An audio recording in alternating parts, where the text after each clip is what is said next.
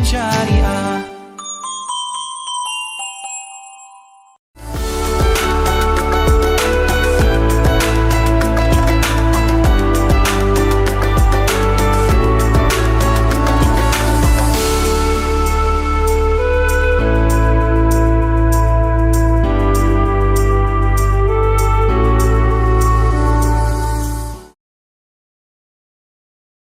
Dipersembahkan oleh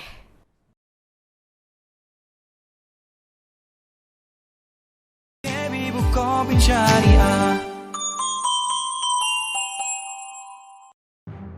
Assalamualaikum warahmatullahi wabarakatuh. Alhamdulillah alladzi allafa baina qulubina fa asbahna bi ni'matihi ikhwana. Wassalatu wassalamu ala Muhammadin nabiyil mustafa wa ala alihi wa sahbihi wa man ittaba'al huda amma ba'd. Pemirsa dimanapun Anda berada, semoga semuanya dalam keadaan sehat walafiat, dalam rahmat dan lindungan Allah Subhanahu wa Ta'ala. Seperti biasa, di pembukaan kolak saya baca pantun, bunga melati, wangi semerbak, mekar merekah di taman kota. Jumpa kembali di acara kolak untuk menambah wawasan agama. Tema kali ini akan membahas tentang bagaimana kita merajut kerukunan dan persatuan. Dua kata ini mudah dikatakan, tetapi sekarang ini sepertinya semakin jauh dari kenyataan. Kita hidup dalam masyarakat yang seperti terpolarisasi dan hidup dalam situasi di mana sesama anak bangsa saling membenci. Yang kemudian juga menjadi keprihatinan kita, kalau kita mengikuti berbagai survei, memang ada alasan untuk kita prihatin itu. Beberapa waktu yang lalu, sebuah lembaga survei di Jakarta menyebutkan bahwa tingkat kerukunan atau indeks kerukunan antara umat Islam dengan sesama umat Islam itu ternyata lebih rendah dibanding dengan kerukunan umat Islam dengan pemeluk agama yang lainnya. Menurut saya ini sebuah ironi dan sebuah realitas yang tidak bisa kita pandang sebagai sesuatu yang biasa-biasa saja. Idealnya kalau kita membaca lembar-lembar firman Allah di dalam Al-Quran, kita harus rukun dengan semua umat manusia, terutama dengan sesama kaum beriman atau sesama kaum muslimin.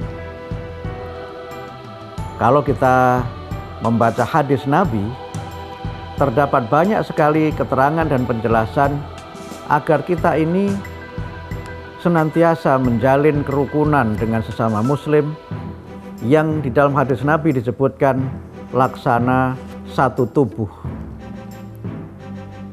Al-muslimu lil muslimi kal jasadil wahid. Muslim satu dengan muslim yang lain itu seperti satu tubuh. Tetapi yang terjadi belum seperti itu.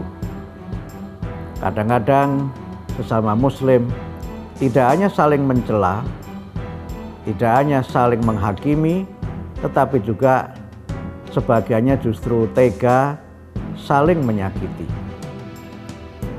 Kita sering sekali mendengar ungkapan agar kita ini menjalin tiga ukhuwah.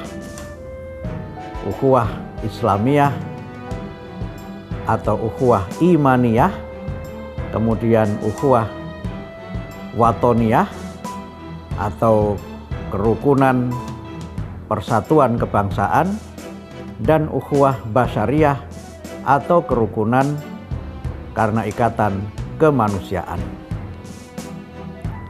Kalau kemudian kita kaitkan itu dengan bagaimana kita bisa hidup rukun, memang ada banyak hal yang bisa sekali menyulut dan menimbulkan permasalahan bahkan di antara sesama saudara itu. Kalau kita mencoba membaca kisah pembunuhan yang pertama, itu justru terjadi di antara dua saudara, yaitu antara Qabil dengan Habil. Itulah pembunuhan pertama yang terjadi dalam sejarah kehidupan umat manusia. Saudara sekandung, seayah dan seibu, saling membunuh karena iri dan dengki dari seorang yang bernama Qabil kepada adiknya yang bernama Habil. Iri dan dengki itu menimbulkan kebencian, dan kemudian kebencian itu yang membuat Qabil tega membunuh saudaranya sendiri. Dalam istilah psikologi kita mengenal adanya terminologi sibling rivalry atau rivalitas saudara sekandung, di mana memang kadang-kadang saudara sekandung seayah seibu itu tidak rukun satu dengan yang lain karena jealousy, karena kecemburuan, karena iri dan sebagainya. Itu bisa kita lihat misalnya pada kisah saudara-saudara Nabi Yusuf. Saudara-saudara Nabi Yusuf ini merasa cemburu, merasa sakit hati karena menganggap ayahnya lebih mencintai Yusuf daripada saudara-saudaranya yang lebih tua usianya.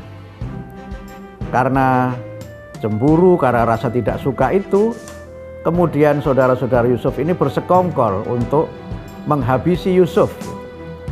Dan kemudian mereka bersekongkol untuk membuang Yusuf, memasukkan Yusuf ke dalam sumur. Harapannya tentu Yusuf meninggal dunia. Tetapi qadarullah, takdir Allah, Yusuf tetap hidup dan terselamatkan. Saudara-saudara Yusuf ini kembali kepada ayahnya dan kemudian menyampaikan bahwa Yusuf telah meninggal dunia diterkam harimau. Dibuktikan dengan darah yang ada dalam pakaian Yusuf.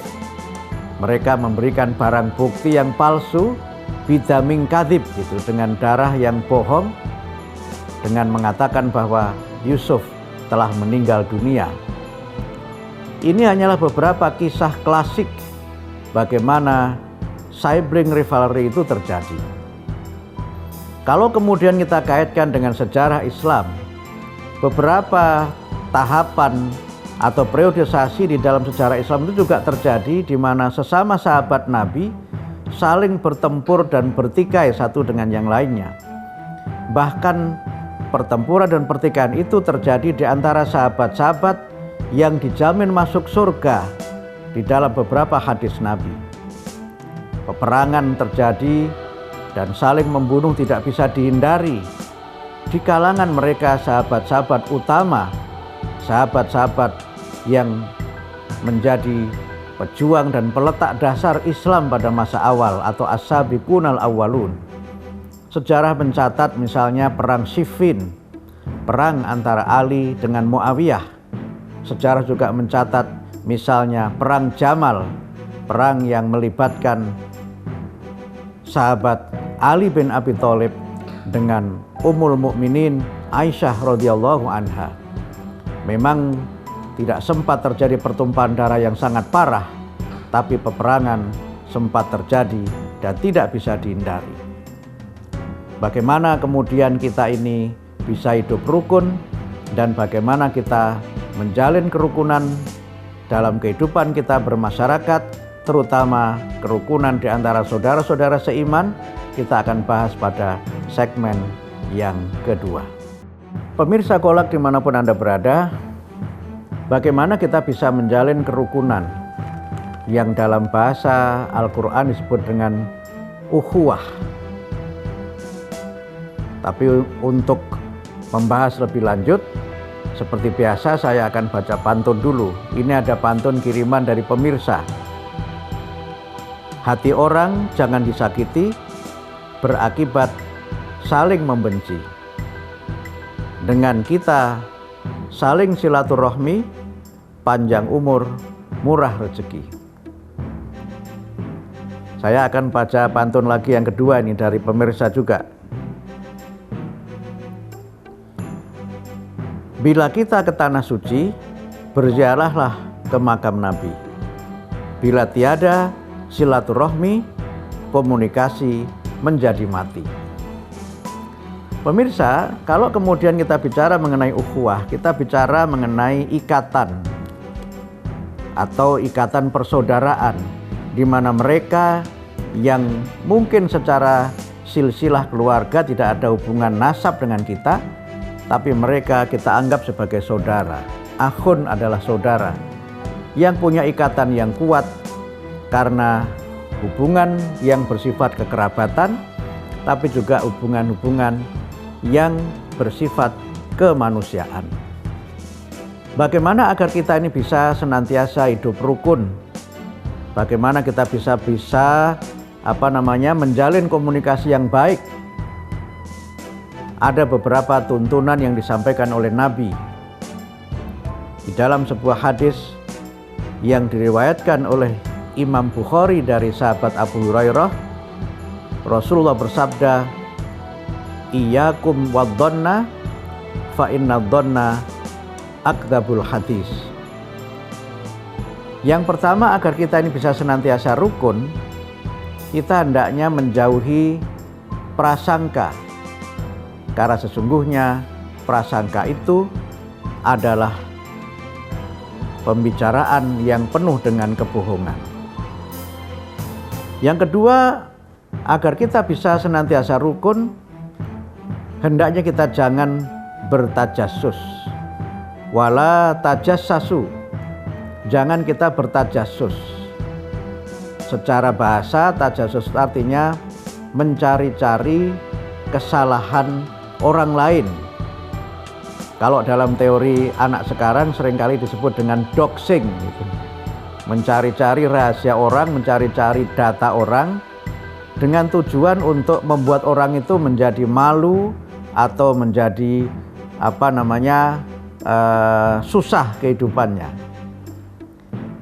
Kemudian yang ketiga, Nabi melarang kita untuk saling bertahassus. Tahassus itu memata-matai, mencurigai. Jadi kalau tadi tajassus itu mencari-cari kesalahan orang, maka tahassus itu ya mencari-cari berbagai hal yang dilakukan oleh orang. Senengannya itu nguping, ini melakukan apa dan sebagainya. Kemudian yang diketahui itu disebarkan kepada orang lain. Kemudian yang berikutnya, yang keempat adalah wala tanajasu. Jangan saling membenci. Jangan saling membenci. Betapapun orang itu berbeda, beda kelas sosial, beda tingkat pendidikan, mungkin juga beda derajat keluarga, maka kita jangan saling membenci. Kemudian yang berikutnya, kita jangan saling memancing-mancing permusuhan. Wala tanajasu tadi, wala tanajasu itu artinya jangan senengnya itu memprovokasi. Jangan senengnya itu memancing permusuhan. Itu wala tanajasu. Kalau jangan saling membenci itu wala tabaghadu. Jangan saling membenci, wala tabaghadu. Kemudian yang berikutnya wala tahasadu. Dan jangan kamu itu saling mendengki antara satu dengan yang lain. Kemudian yang keenam, wala tadabaru. Jangan saling belakang membelakangi. Maksudnya gimana saling belakang membelakangi ini? Tidak mau bekerja sama. Kalau bahasa Jawanya itu purik atau urik gitu. Tidak mau ketemu, tidak mau saling menyapa, dan berbagai bentuk ekspresi yang menunjukkan tiadanya persahabatan. Itulah 6 hal yang kita dilarang oleh Nabi. Nah, satu yang diperintahkan oleh Nabi adalah wakunu ibadallahi ikhwana. Hendaknya kamu sekalian, kita sekalian menjadi hamba Allah yang saling bersaudara. Karena itulah maka agar kita ini bisa senantiasa hidup rukun, maka kita harus meninggalkan 6 hal yang tadi disampaikan oleh Nabi dalam hadis yang sudah saya bacakan, dan kita hendaknya menjadi orang yang bersaudara. Kalau ada sesama muslim yang mereka saling bertikai, saling berperang, hendaknya kita tidak justru saling mengompori, tetapi hendaknya kita melakukan islah. Wa in ta'ifatani minal mu'minina iqtatalu fa aslihu bainahuma. Kalau ada 2 kelompok mukmin yang saling berperang, maka hendaknya kamu mengislahkan atau mendamaikan mereka yang berperang itu. Jangan kemudian kita malah saling ikut memanas-manasi. Jangan kemudian kita juga saling mengambil keuntungan dari permusuhan perpecahan itu. Sehingga dalam kaitan ini kita diingatkan untuk kembali kepada ketentuan agama agar kita rukun.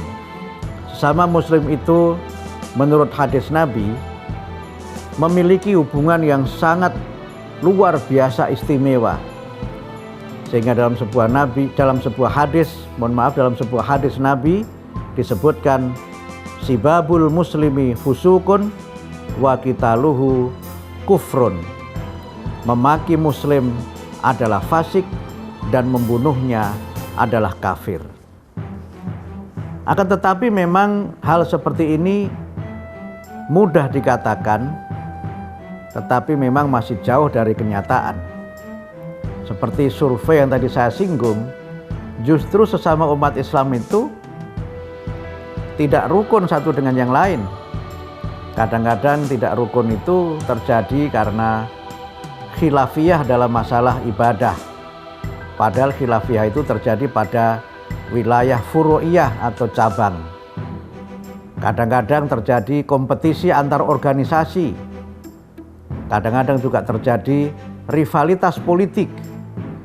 Yang karena itu sesama muslim kadang-kadang alih-alih bekerja sama, mereka malah saling membenci satu dengan yang lainnya. Bagaimana kemudian kita bisa lebih membangun kerukunan lagi dan lebih erat lagi hubungan kita akan bahas pada segmen yang ketiga. Pemirsa Kolak dimanapun Anda berada, bagaimana agar kita bisa menjalin kerukunan yang sejati di antara saudara-saudara kita, sesama umat manusia, saudara-saudara kita sebangsa, dan khususnya saudara-saudara kita yang seagama. Izinkan saya pada kesempatan ini menyampaikan beberapa tuntunan dari Allah bagaimana agar kita hidup rukun, menjalin ukhuwah. Yang pertama, hendaknya kita senantiasa melakukan islah dengan saudara-saudara kita. Tadi sudah saya singgung. Allah berfirman, innamal mu'minuna ikhwah fa aslihu baina akhwaikum wattaqullah la'allakum turhamun. Sesungguhnya orang-orang mukmin itu bersaudara. Maka hendaknya kamu damaikan di antara saudara-saudaramu itu dan bertakwalah kamu kepada Allah, mudah-mudahan kamu mendapatkan rahmat. Islah itu ada 3 proses. Yang pertama, setelah terjadi berbagai macam persoalan, pertengkaran, kemarahan, bahkan peperangan, maka kita bisa melakukan islah. Dalam berbagai teori, islah itu bisa disebut sebagai rekonsiliasi. Bisa juga dimaknai sebagai konflik resolution atau resolusi konflik. Nah, prosesnya yang pertama tentu semua pihak harus bersepakat untuk berhenti melakukan pertengkaran, melakukan pertikaian. Harus ada kesepakatan dulu. Kemudian yang kedua, kedua belah pihak bisa menerima keadaan masing-masing. Bisa menerima keadaan masing-masing. Dan kemudian yang ketiga, kedua belah pihak bersepakat untuk merancang masa depan yang lebih baik, merancang masa depan yang bahagia, masa depan yang rukun dan sentosa. Karena itu maka di dalam proses islah itu tentu ada proses di mana saling memaafkan. Ada proses di mana saling menerima, tapi kemudian ada proses di mana semuanya sepakat untuk menjalin hubungan baru yang lebih baik lagi. Kemudian yang kedua, agar kita bisa menjalin ukhuwah yang sejati, hendaknya kita jangan saling merendahkan antara satu kelompok dengan kelompok yang lainnya. Di dalam Al-Quran, surah Al-Hujurat, Allah berfirman, Ya ayyuhalladzina amanu, la yaskhor qaumum min qaumin, asa ayyakunu khairam minhum, wala nisa'um min nisa'in, asa ayyakunna khairam minhunna. Wahai orang-orang yang beriman, janganlah sekelompok laki-laki di antara kamu merendahkan sekelompok laki-laki yang lainnya.